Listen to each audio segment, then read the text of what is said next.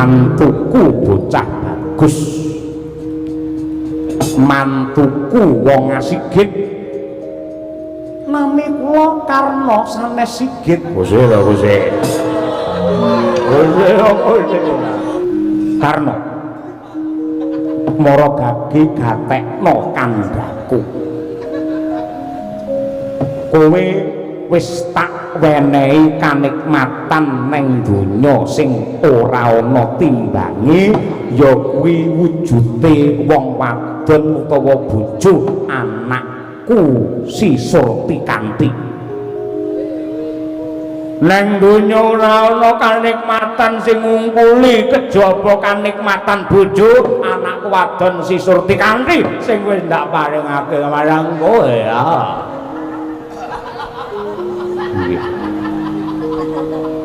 Leres kudune kowe males kebecikan lan ngajeni karo wong gerang. Nyatane papane ana golongan kiwa mergo mbantu Kurawa dianggep kowe edan jabatan mendem karo kelungguhan. Ning ripalungguhan iki mara tuwamu mbuktekke dhewe kowe mutiarane menungsa. Kowe madhek senopati tak kusiri ning ana syarate. Kowe sungkema kowe ngesata dhisik ana ngarepe mbokmu. Mergo ampu-ampuhe donga ora ana sing ngungkuli dongane mbokmu le.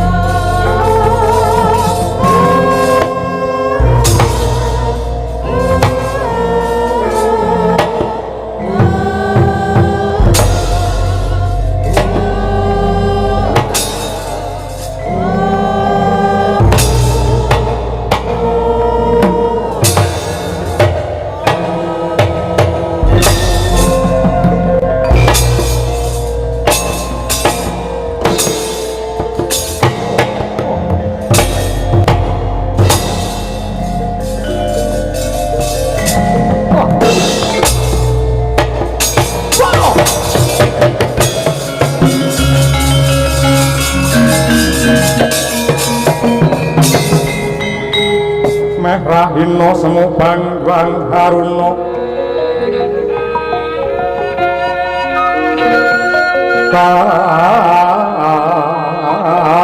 kadinetraning ukarapo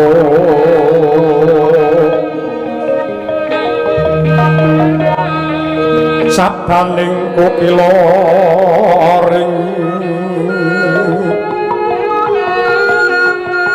kanikara sakatar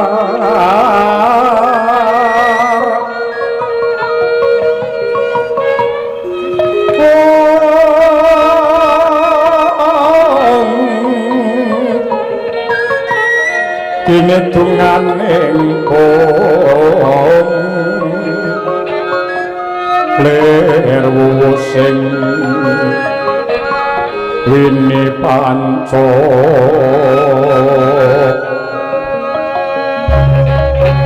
lawan pepekoke ngayam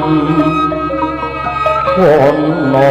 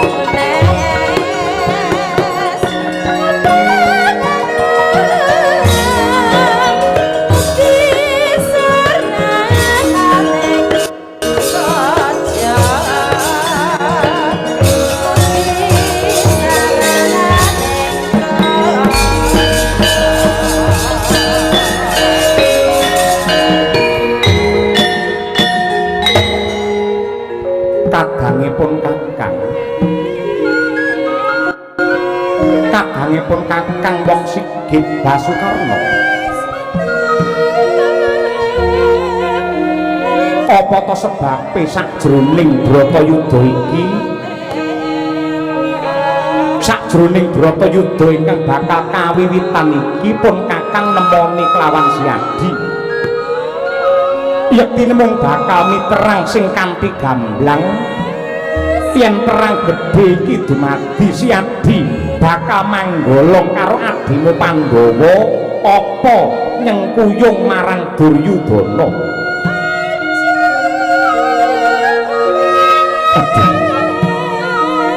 Koko Prabu Sri Bathara Kresna jimat sesembahan kula. Mestinipun paduka mboten kekilapan kaliyan adegipun Basukarna. Sampun cetha pratela gandeng wiwit jabang bayi ngantos dewasa kula mapan wonten ing Ngastina, kula ageng mapan wonten ing Ngastina. Sampun satrepipun bilih Karna badhe manunggal kaliyan barisan Kurawa Koko Prabu. Yayi Siadimono jiwa satriya sejati. Siadimono jiwa satriya sejati sing mestine bisa milah lan milih antarane kautaman lan kanistan.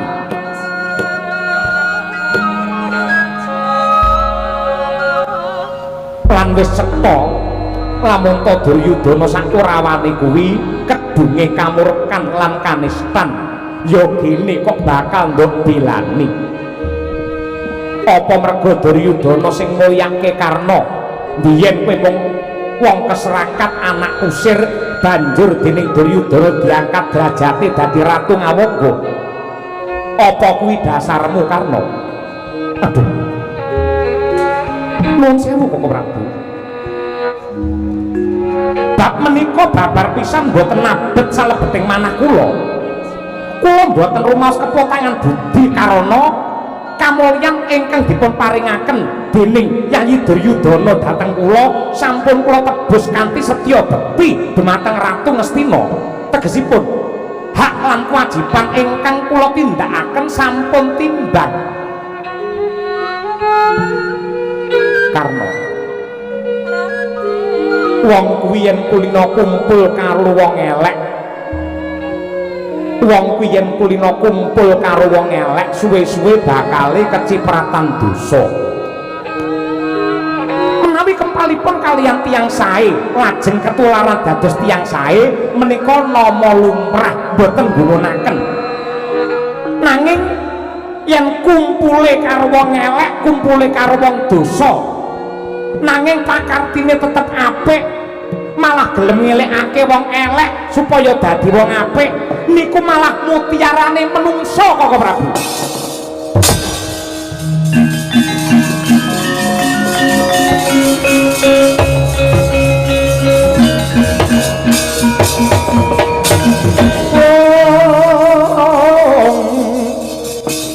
Takala narapa Kresna santulus hanyakra ring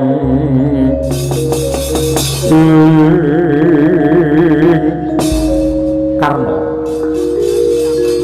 Nanging Siadi kudu eling lamun ta Karna madhep senopati ing Bratayuda mungsuhmu mesti adimu dhewe ya kuwi Arjuna utawa Janaka.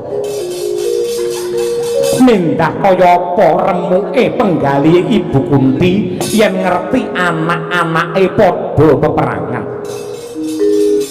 Koko Prabu, Dewi Kunti menika mboten ibu limrah nanging mustikanipun para ibu. Tartamtu penggalihipun marem mirsani putra-putranipun ingkang sami netepi jiwa satriya. Yen ngono Siadi tega mentala mateni karo adimu Janaka. Perang menika dereng kelampahan kenging menapa kok paduka mestikaken dhumateng lelampahan mekaten. Lho, lumahing jagat uriping langit tak kira ora ana satriya sing sembada ngungkuli karo kadigdayanmu. Kok paduka paring dawuh kados mekaten menika dasaripun pripun? Ora ana pusaka lan senjata pepethingan yen perlu pusaka kayangan ingkang bisa mbucikake kulitmu merga Siadi kagungan tetamenging diri ingkang badal saliring braja ya kuwi Kerewaja ingkang mapan ana sajroning kulit sak njabane daging menawi namung bab Kerewaja menika ingkang crimpeti lampah paduka anggenipun pratitisaken Bratayuda dinten menika Kerewaja badhe kula beset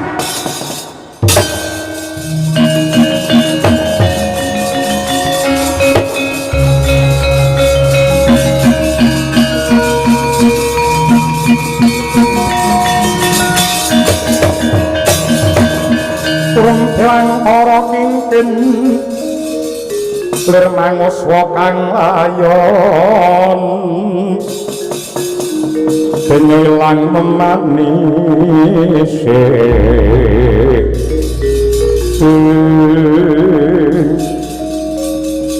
wancine beduk tengange srengenge kaya murka nyuntak panase lir ngobong bumi Sang Hyang Surya kaprawasa kingkin mulat ingkang putra Basukarna ingkang miwiti blerek dadane mawi landheping keris kawis tinggal getih muncrat melesi angganira nadyanto gudres rojah rajeh tingkem netrane Sang Basukarna ambengok swara sarwiyang landang Kerewaja saking anggane ben calake ngakoso pinandheng nata Ndrawati ana swara jumledher Kerewaja musna ilang saka Pandulu mangkono Sang Basukarna rebah kasulayah tan enget Purwadaksina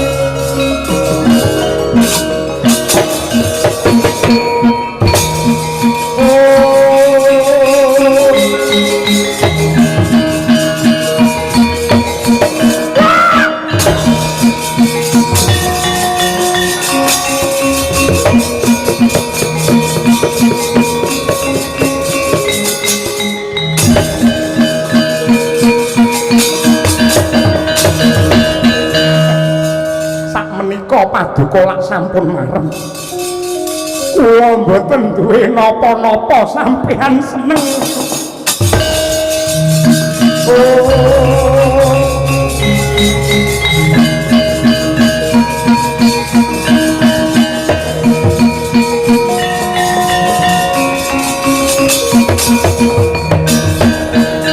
mangkono nadyanto mulat Sang Basukarna ingkang abang branang pucuk rambut nganti jempol sikil kabeh meles dening ludira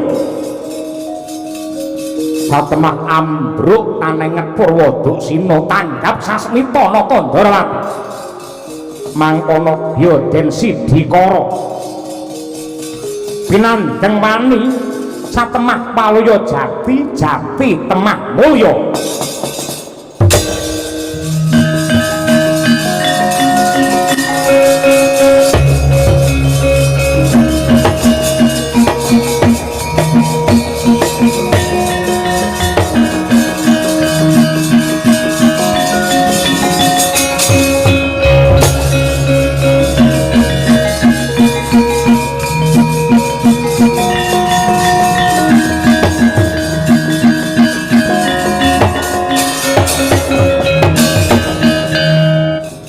jeneng sira wis tak usadani kula ripalungguhan iki gandeng kowe wis tanpa daya aku bakal ngayomi kelawan uripmu ayo manggolong kelawan barisan Pandhawa.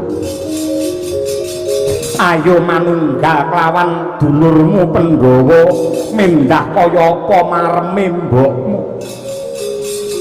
Prabu sineksen jagat saisinipun kula sumpah Nadyanta Karna tanpa kerewaja tekad kula malah langkung kiyat anggen kula badhe goncangaken jagat.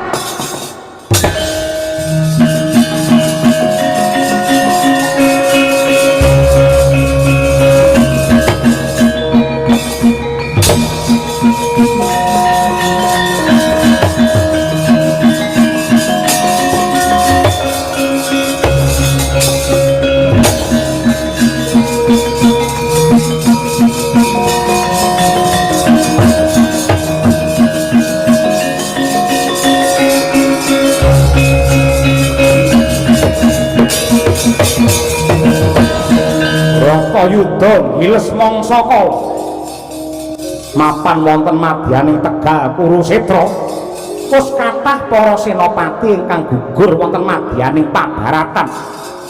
Satriya Wirata nenggih Raden Utara Wiratsangka Raden Seta lan ugi Brahmana Kalpanda Sang Mahatma Bisma datan kantun gurune para Pandhawa ing Sukalima nenggih Resi Durna den pocok janggane nggo bal-balan sirahe dening Sang Trusna Jumena. Tanpa benten kaliyan nata pringgondani ugi sampun gugur. Satriya Banjar Junut anenggih Sang Dursasana wis kapagut rananggana kinakop getihe dening Sang Werkudara kinarya Jamas nenggih Sang Drupadi. Mangkono kaya ngenteni sak jangkaan dumadining perang agung mustikaning Bratayuda.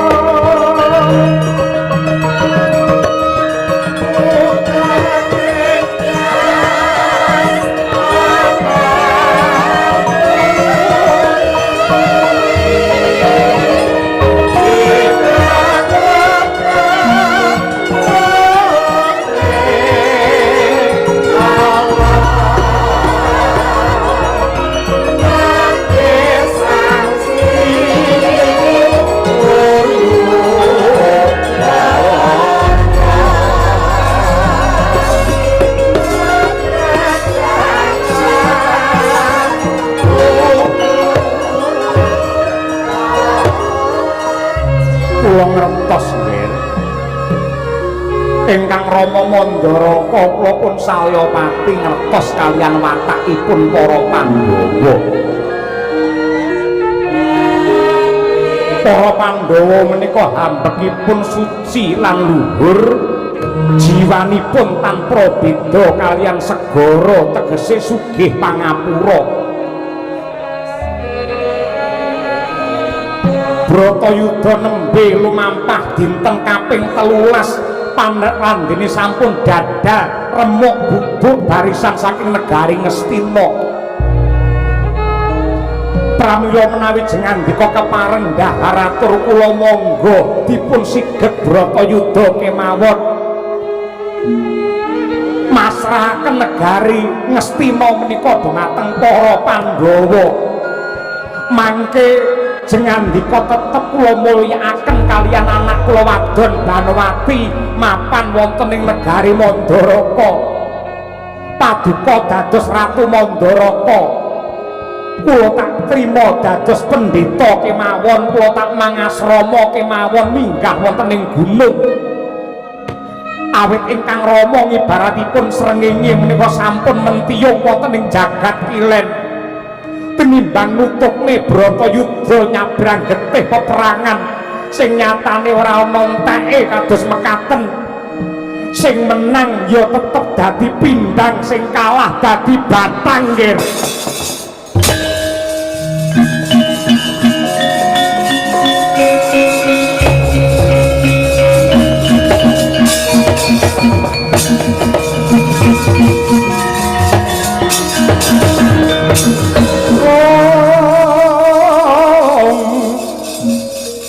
kula putrane ingsun sira iku lan pisak lan jenenge wang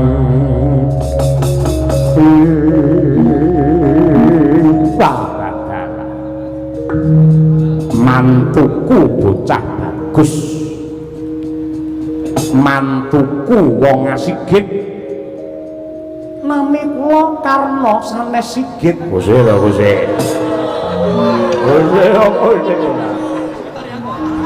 iki lagi bingung rasaku kok angel men lha penake nggih ngepraki jebul pedomane malah kempul genah penak nggih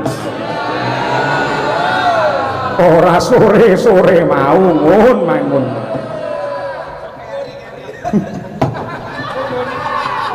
mbok bengi neh ya ngene iki Karna mara gage gatekno kandhaku kowe wis tak wenehi kanikmatan ning donya sing ora ana timbange ya kuwi wujude wong wadon utawa bojo anakku si Surti Kanthi nang donya ora ana kanikmatan sing ngungkuli kejaba kanikmatan bojo anakku wadon si Surti Kanthi sing wis ndak paringake marang kowe ya.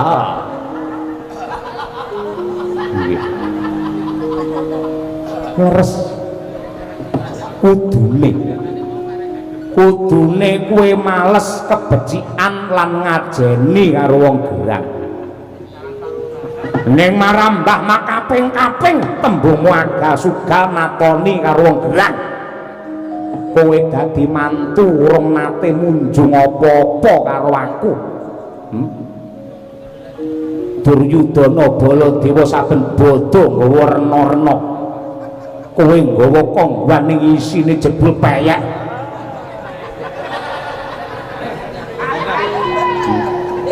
marai asam urat kowe ora nate munjung apa-apa karo Maratuwa lah kok saiki kowe madheg senopati gembelo sirahmu aku kok dapuk dadi kusir apa kok anggap ahli Pak Rohadi apa piye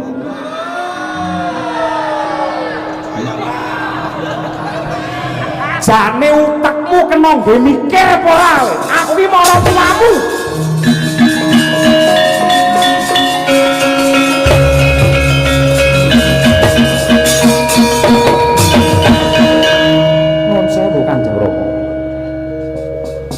babar pisan mboten wonten ceceking manah kula ngremehaken dumateng paduka amargi kula mangertos menawi kula madheg senopati mesti tetandingan kalian Yai Arjuna lan sampun sak mestinipun Yai Arjuna mangke magut pupuh nitih wujudipun rata dipun kusiri kalian Koko Prabu Sri Bathara Kresna kula kinten lumaing jagat kurping langit mboten wonten piyayi ingkang timbang bobotipun timbang kawibawanipun kaliyan Ratu Ndarawati kejawi namung paduka Kanjeng Rama Prabu Salyapati Rama mongko sak lebeting peperangan menika menawi mboten menang nggih kalah yen ora lara ya mati nanging kula tetep badhe ngetok kaprawiran sakiyating tenaga ewadene ning garis sing pasti kula kedah mati nuwun pangapunten gandeng kathah dosanipun karna kalian Maratuwa kula nyuwun menawi mangke kula mati saestu mang pangku Rama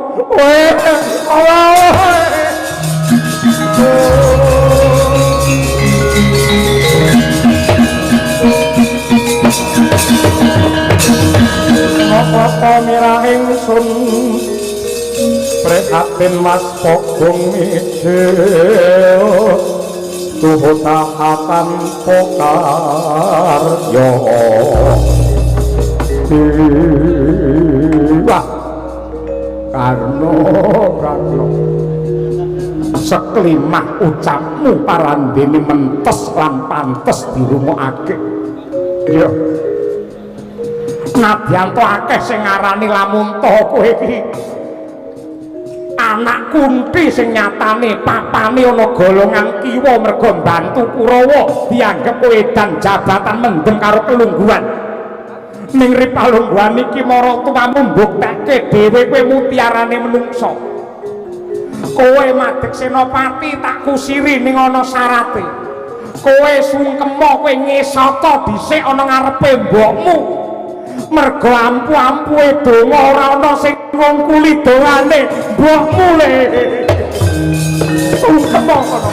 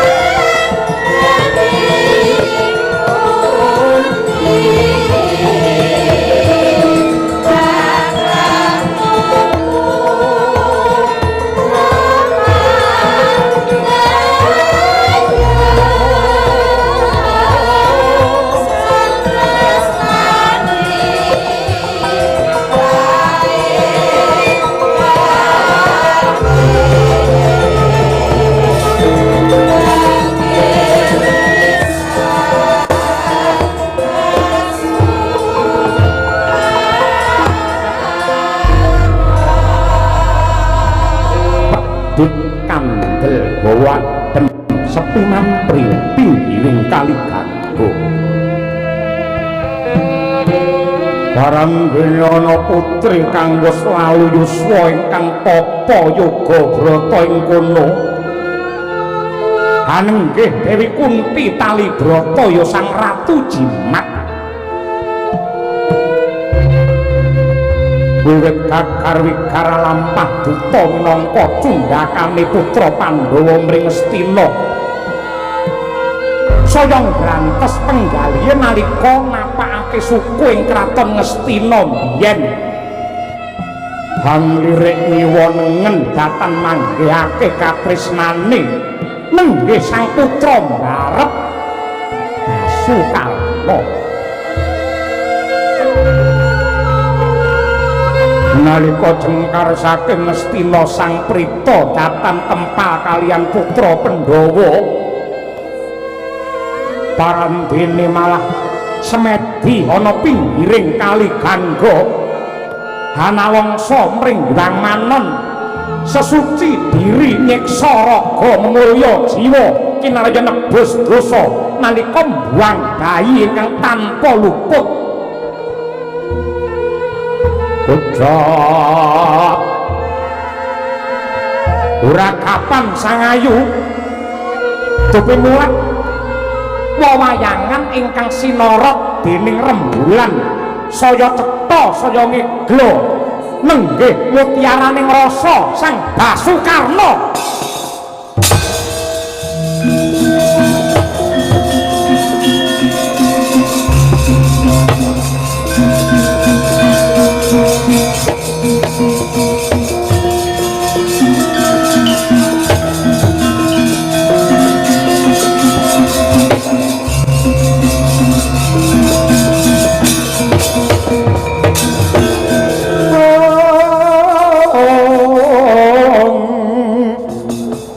mrek mangsut narimeng kabu budine kang den bawani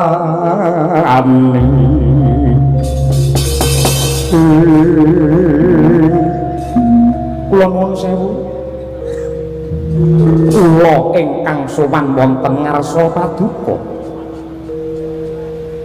anakku mbarep karna marem rasane atiku kaya siniram banyu madu dene anakku lanang sowan ana pengarepanku aku njaluk ngapura karna wiwit kowe isih bayabang nganti dewasa ora tak kula wentah cah bagus nuwun sewu Nadyanto paduka mboten katerang paring katerangan kula sampun miterang ingkang kanthi cetha dhumateng Kanjeng Ibu Nada lan Rama Adirata bab sejarahipun Basukarna menika sampun tinarbuka manah kula cetha pratela bilih paduka Dewi Kunti Talibrata ingkang dados lantaran kula linairaken wonten ing alam padang paduka jimat kamulyan kula paduka sesembahan kula paduka ibu kula sejati paduka tiyang sepuh kula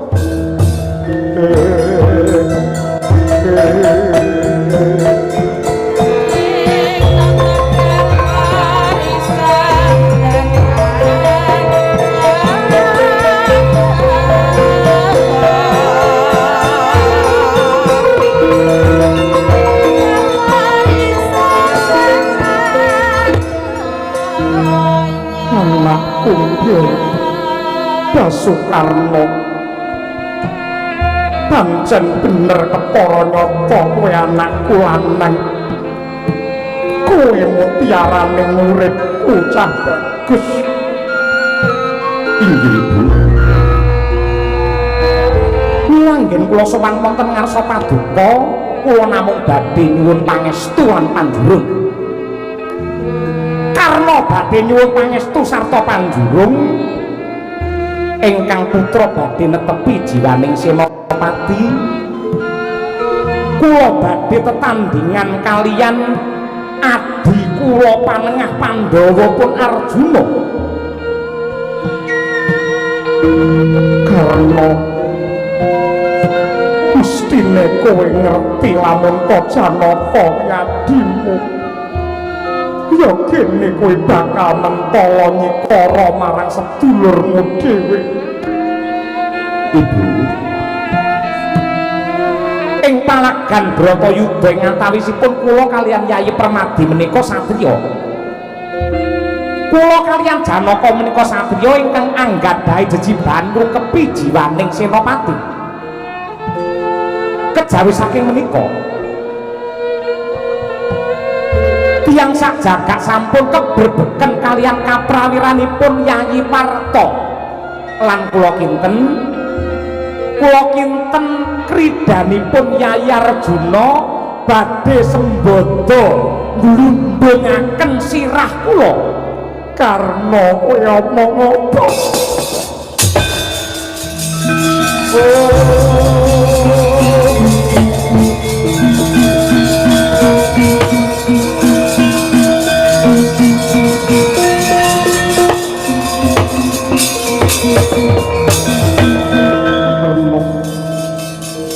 sing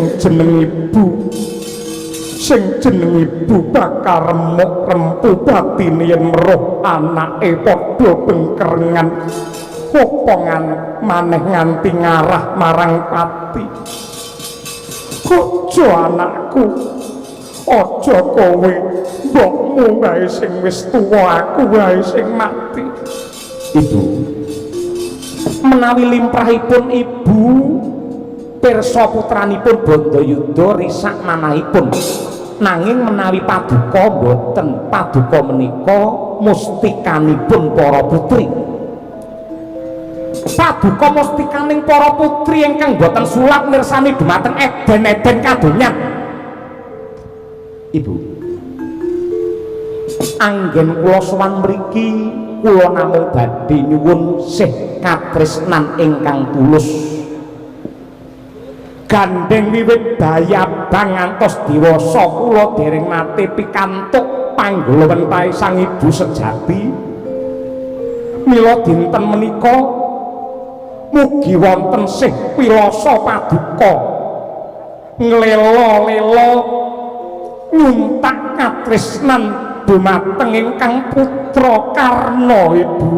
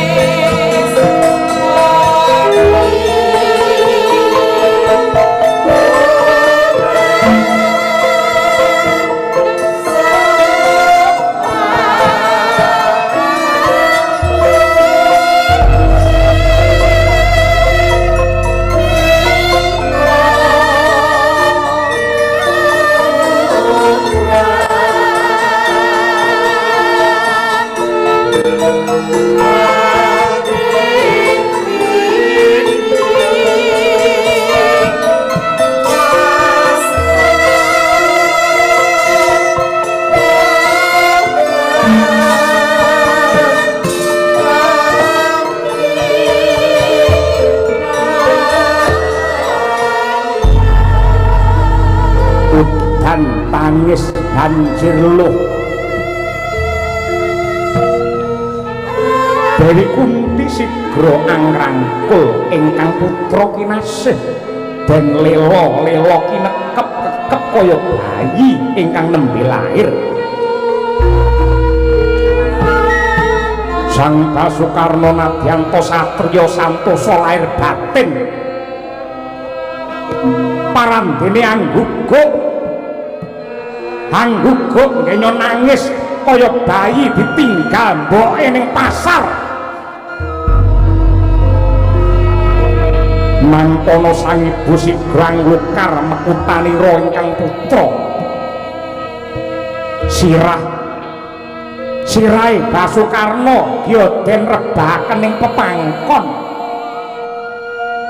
Dewi Kunti angidung asih sarwi angisik-isik palarapanira ingkang putra sarta angelus rikmanira sang Basukarna ayem tentrem ing pepangkon sanadyan mung sagebyaran sang Basukarna angker ngenyo turu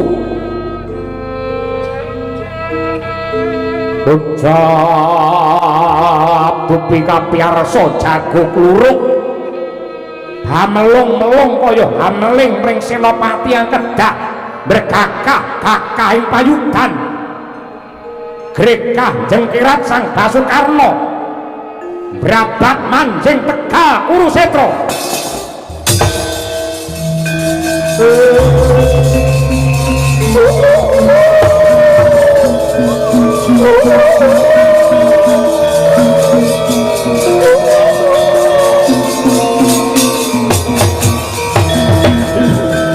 pangestu paduka ingkang kula suwun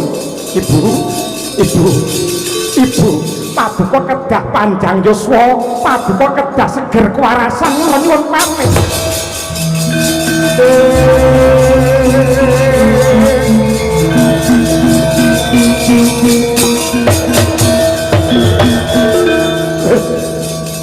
anakku karena kowe nang ngendi to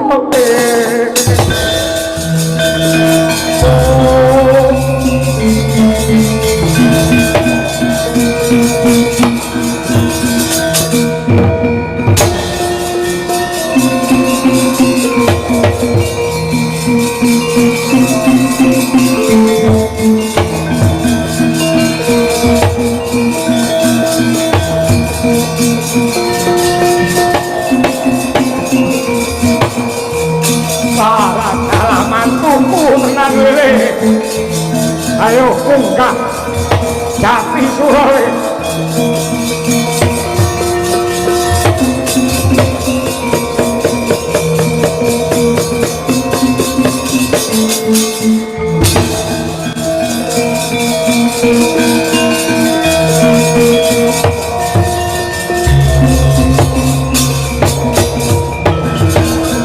redo mawur mangawur-awur parahan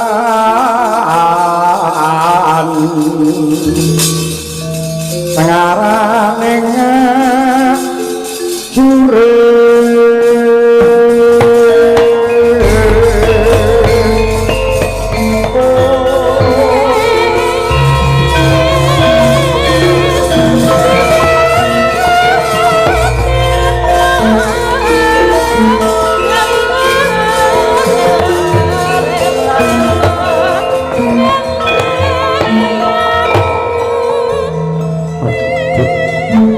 Prabu Ndorowati abot jangkah kula menawi kedah tetandingan kaliyan Kakang Awunggung sebab apa tek ngono Arjuna Kakang Basukarna menika kadang kula sepuh ingkang kedahipun kula pundi-pundi lan kula waji-aji kula mboten mentala menawi kedah tetandingan Arjuna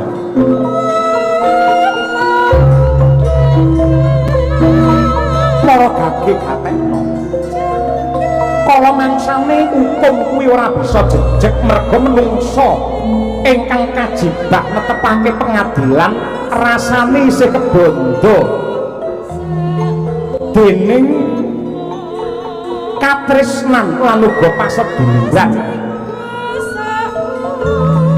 Banjur besok kapan adil iki bisa ngadeg jejeg lamun to ana keluarga sing kleru banjur kowe ra mentala midana. Koko Prabu sak lebeting payudan Kakang Karna menawi ngantos pejah kados pundi tartamtu Kanjeng Ibu Kunti ajur mumur raosipun bedahipun menapa Pandhawa ngayahi Bratayuda menawi namung badhe nyengsarakaken penggalihipun tiyang sepuh. Janaka urip iku lugune mung netepi dharma kautaman. Ndak baleni urip iku yektine mung netepi dharma kautaman. Dene menungsa kok kadunungan rasa seneng lan sedih merga uripe isih kegubel dening pangarep-arep lan pepinginan. Tembung sepi pamrih rame ing gawe yektine menungsa mung diutus nindakake kewajiban tanpa ngarep-arep apa-apa. Dene asile mengko kepiye pasrahno marang purbane Hyang Agung. Sliramu mono dudu wong saudon saurupan nanging jinejer dadi satriya piranti ning jagat supaya brasta angkara murka. Mula Senyadya aja mangkra tinggal sawangen kakangmu ngawangga wis siaga ngantu-antu tekane Siadi minangka kembange Kurusetra. Janaka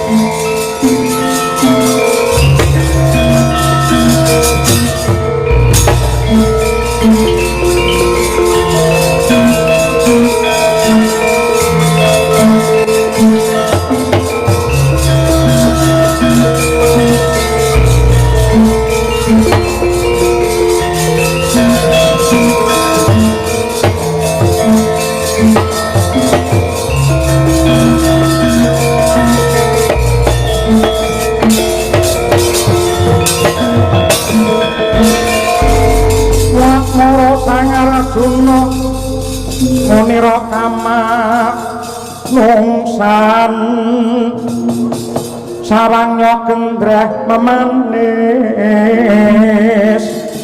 liringnya di kamantyan keng semut swala ongas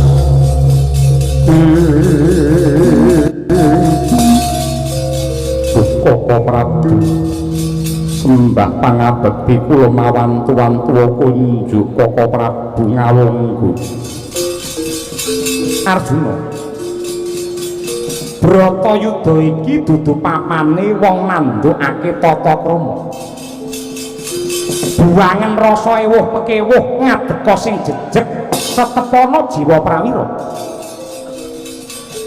Kakang Karna pancen kedahipun kados mekaten nanging menawi kula ngantos Bandayuda kaliyan Padukawa lan wonten ingkang pejah mindak kados pundi mangke Kanjeng Ibu? Arjuna,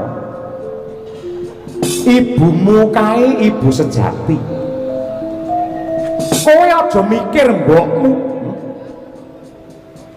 Kowe aja mikir mbokmu kae wis kulino ngrasake pait legining lelakon, gempalaning jagat kaya apa kuwi mbokmu wis kulino. Eruh ratu ngawangga kelawan kowe peperangan yen belum anti lereh-lereh metu gedhiye panjenengane ora gumun mergo iki obat donya. Mula ngadeka sing jejeg tandingana pun Kakang. Yen pancen kowe lelanang jagat, ayo jiwamu aja kaya wong keserakat. Mbokmu bakal isin duwe anak sing kaya dapurmu.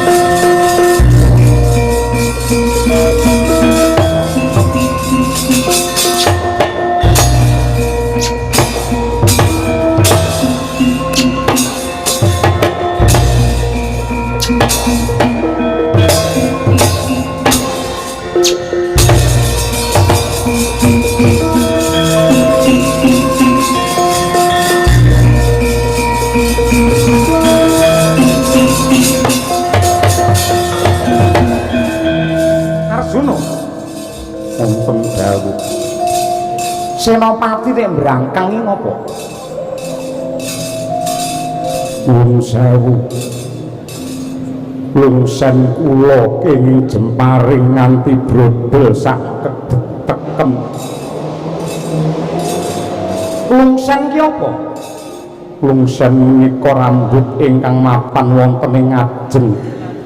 Niku lungsen. Brodol sak tekem. Botak yen ngono. Nggih. Apa wis dicukur gundul pisan men gilap niku piye? Kula nggo alat pripun? Digundul pisan apa piye, kok? Mangke tembu-tembundi rasa bingung, rasa golek blangkon. Kula lukise mawon. Tak linteng dasmu. Kula kuwirangan langkung prayogi kenging jangga. Tinimbang kenging lungsen Kakang Narpati ngawongga menika mirang-mirangaken kula. Yen ngono diwales. Diwales lungsen kula menika kula pripun? Tak jebolke rambutmu nak wenehke nang kene taklim ya.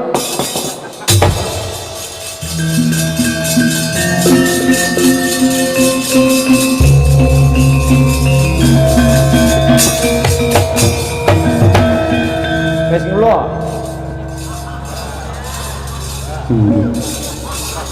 Nggih. Bareng tak alteko kaya endang kulino dimongso kok. Nggih, malih bagus melih. Asik yo. Asik. Wong yen kesenengan bar iki embuh lho lakonmu. Lah napa? Lah kae musuhmu kakangmu rong mati lho. Tibanana pusaka pepethingan Kiai Pasopati mangke mongko Pasopati menika estu pusaka nyedak-nyedapi paparingipun pukulun Bathara Guru menawi ngantos Kakang Narpati ngawongga mangke pejah saestu kados pundi lho. Sing jenenge Senopati lupute menang ya kalah, yen ora lara ya mati. Yen nganti mati lah ya mati wis karben, sing mati ora apa-apa. Solo mamahnya abot mbokmu ta kowe ngono kuwi.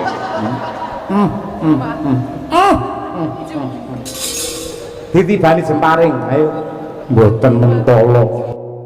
Yen ra mentala karo mungkur. Kulina ta karo mungkur?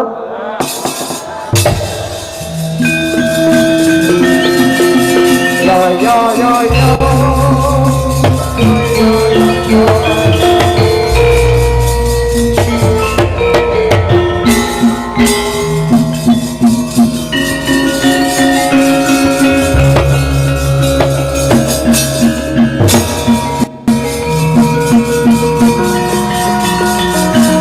Ayo sing dadak ana.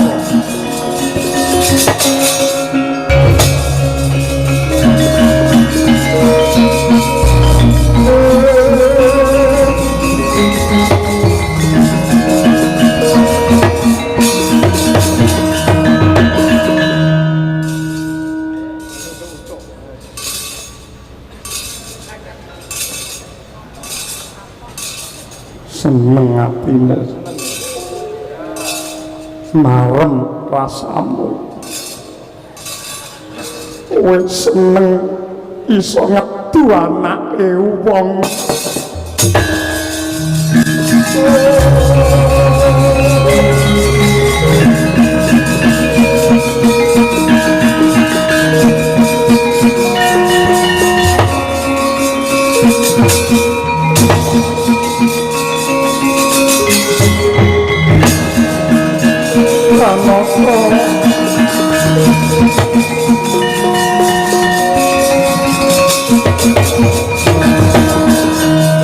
Somadang jagat buk aneh kaputra ing bukir perbapakan tumirat keneng soroting surya bekolan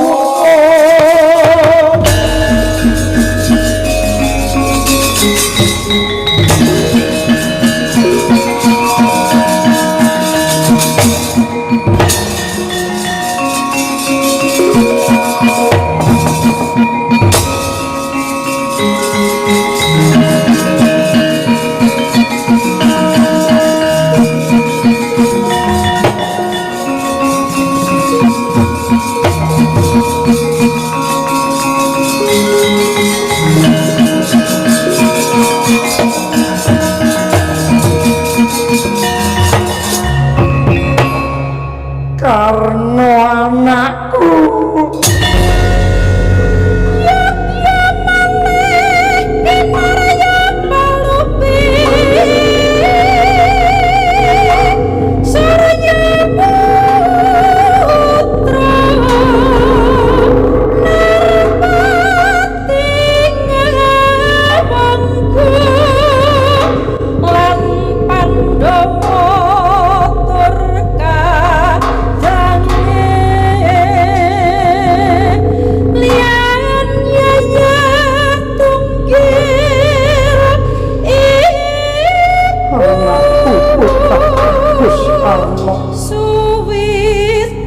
Yanto dina iki wis tamat sejarahmu kowe gugur ana palagan musuh adimu nanging aku marem mergo duwe anak sing jiwane santosa perwira muga luhuring budimu sucining tekadmu bisa dadi tuwa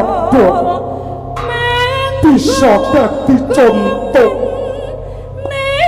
ingkang becik tumrape kabeh para manungsa sing padha ngrasa lakonmu karna ngalok